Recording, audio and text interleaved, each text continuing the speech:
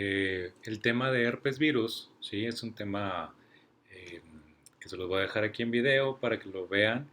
Los herpes virus realmente es un grupo bastante grande, bastante complejo de diferentes DNA virus, ¿sí? Esta va a ser la estructura característica que está presente. Eh, Realmente tenemos un conjunto de virus bastante amplio, les menciono. Tenemos herpes simple tipo 1, tipo 2, que lo vamos a mencionar como HSV1 y HSV2. Virus de varicela zoster también. Y esos tres son los que va a traer la presentación, es dentro de lo del programa analítico. Pero, les decía, es realmente bastante numeroso este grupo de virus porque también presenta, por ejemplo, el grupo de los citomegalovirus, ¿sí? Hay varias variantes de este, virus de Epstein-Barr, virus herpes 6, 7, herpes virus 8, entre otros, y estos son los más comunes. Los que están subrayados, les menciono, son los que vamos a hablar durante la presentación. Los demás son virus de importancia médica, ¿sí? Decía, hay una muy importante, vaya, importancia médica, sobre todo en el caso de citomegalovirus y Epstein-Barr. Normalmente se consideran infecciones intrahospitalarias. Es raro encontrar infecciones de este tipo de organismos eh, o de virus, vaya, en el humano, si la persona tiene un estado de salud óptimo o si no presenta alguna otra comorbilidad. En, en el caso, vaya, de herpes, el que mencionaba, ¿sí? Tenemos esta estructura característica.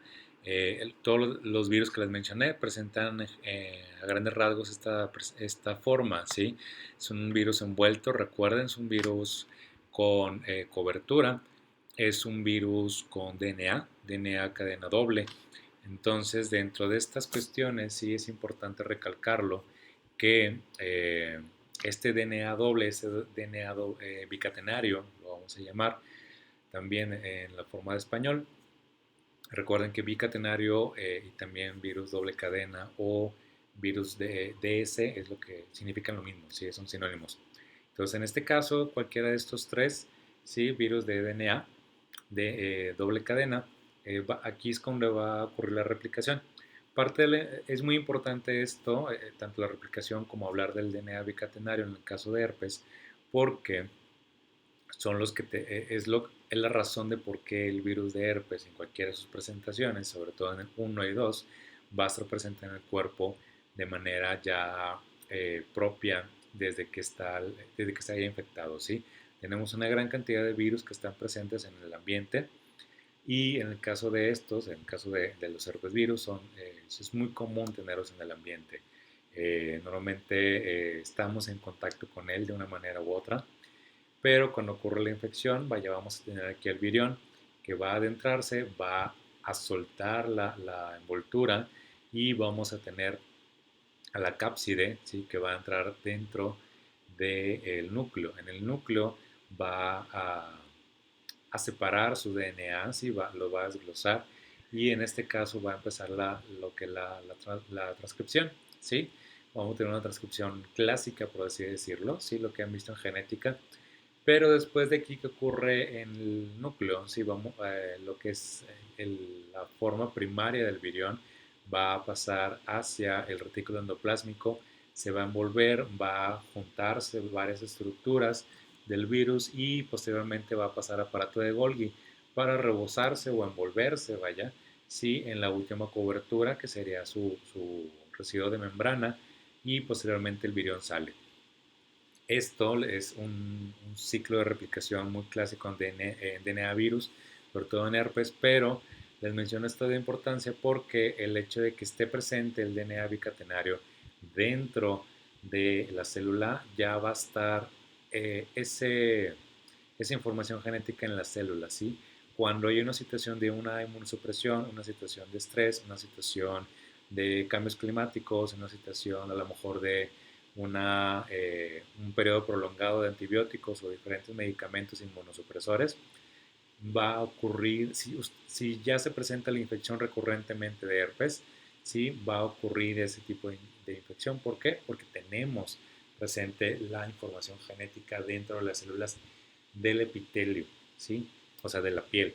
Va a estar presente principalmente en células de la piel, de toda la piel, y principalmente dentro de mucosas, específicamente o vaya de manera muy característica en la mucosa bucal, nasal, en el lagrimal, puede aparecer dentro de ojos y también en mucosas vaginales, vaya vaginal, uretral y anal. Justamente aquí es parte de la diferencia.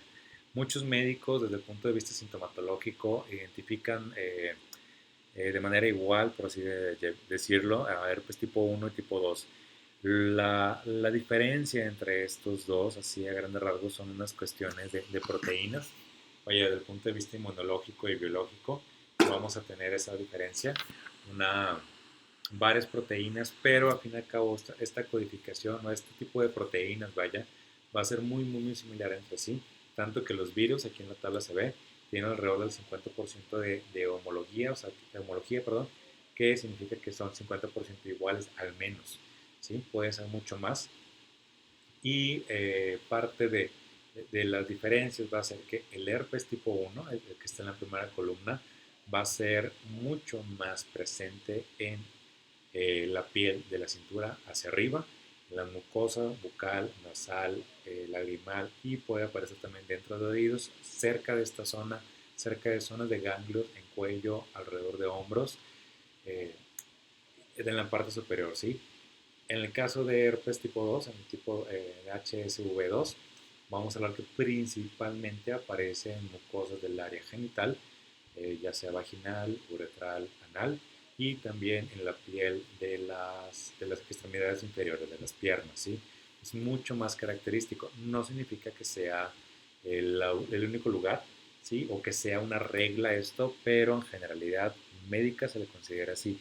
De hecho, aquí parte de nos dice, si el lugar de latencia, ganglio del trigémino, o sea, la parte de la mucosa, y HSV2, ganglios sacros, o sea, de la zona de la cadera. Entonces vamos a hablar que HSV1, principalmente la vía de transmisión va a ser un contacto, a menudo saliva, o se puede contagiar muy fácilmente por besos o por instrumentos o fomites, acuérdense lo que hablamos de fomites, con saliva de una persona infectada. Principalmente cuando el virus está activo. Cuando hablamos del virus activo es que aparecen las heridas o los fuegos, ¿sí? El fuego común que aparece en la boca o en la zona alrededor de la boca es como hablamos realmente que son las heridas del herpes. Y si lo han tenido o lo han visto en alguna persona cercana, verán que esas llagas o esas heridas supuran líquido. Ese líquido es riquísimo en viriones, entonces es una forma de contagiar. Entonces el HSV2, ¿sí? Herpes tipo 2, va a ser de manera sexual, es la principal forma en que se va a transmitir. Entonces se considera una enfermedad de transmisión sexual, pero no implica que sea meramente de esta manera, sino también por el caso de saliva o por las heridas tal cual que hablábamos, los fuegos, ¿sí? Es una forma de que ocurra la infección. En el caso de varicela zoster, es el mismo virus, ¿sí? Es el virus de varicela o virus varicela zoster. La sintomatología es lo que va a ocurrir aquí de diferencia, ¿sí? Cuando hablamos de varicela, pues hablamos del cuadro sintomatológico característico que está aquí en la imagen, ¿sí? Que presenta los eritremas o las erupciones más bien, ¿sí? Las ámpulas rojas con líquido que da mucho comezón, da prurito, vaya, y pueden aparecer en todo el cuerpo. Realmente no hay una zona limitada donde aparezca. Se puede llegar a confundir un poco hacia grandes rasgos con sarampión o con rubiola, pero en este caso, ¿sí?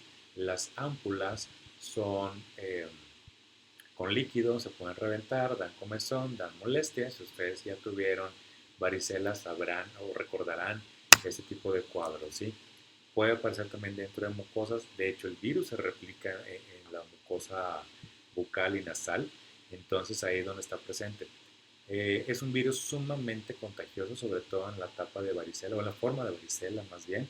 Sí, esa forma de varicela, el niño es alrededor de 10 a 14 días asintomático, entonces el niño puede diseminar muy fácilmente la infección. Es mucho más común en niños el cuadro de varicela. En adolescentes todavía puede ocurrir, ¿sí?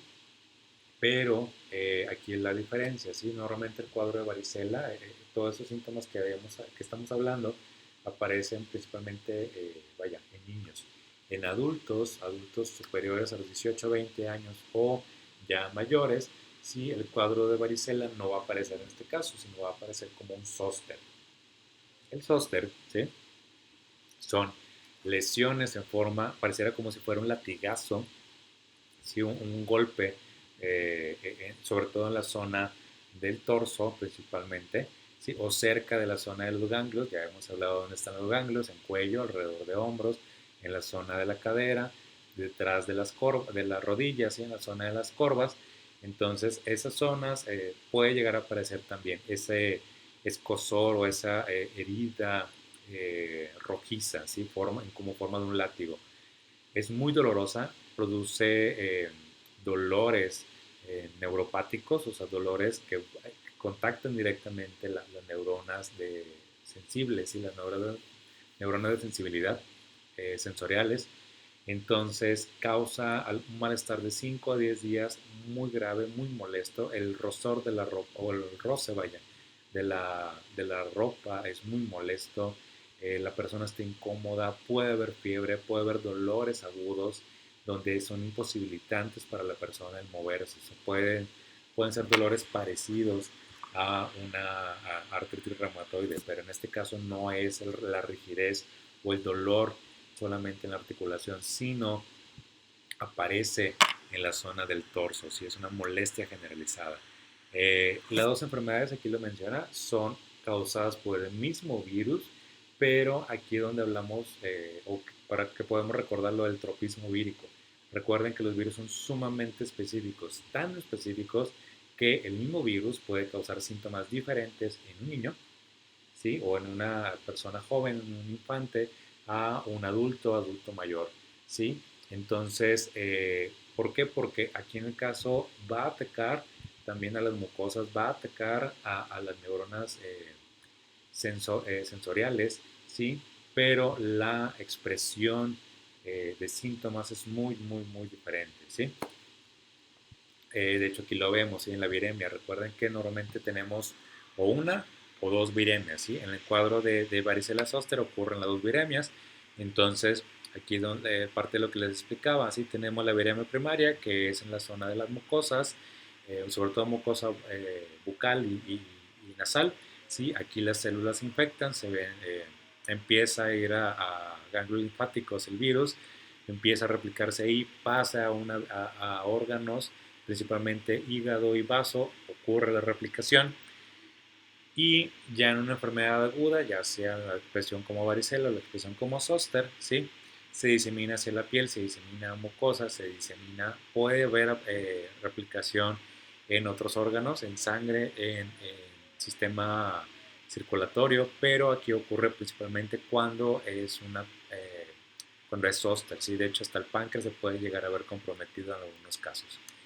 Entonces, espero que esta pequeña explicación de alrededor de unos 10 minutos te sirva para ahondar en la información de varicela zoster. E igual te invito a que revises el libro de Jawetz, el libro de Sherry, el libro de Murray de microbiología médica para dudas o ahondar todavía más en la información sobre estos tipos de virus que son eh, vaya, bastante comunes y que todos hemos estado en presencia de estos. Saludos.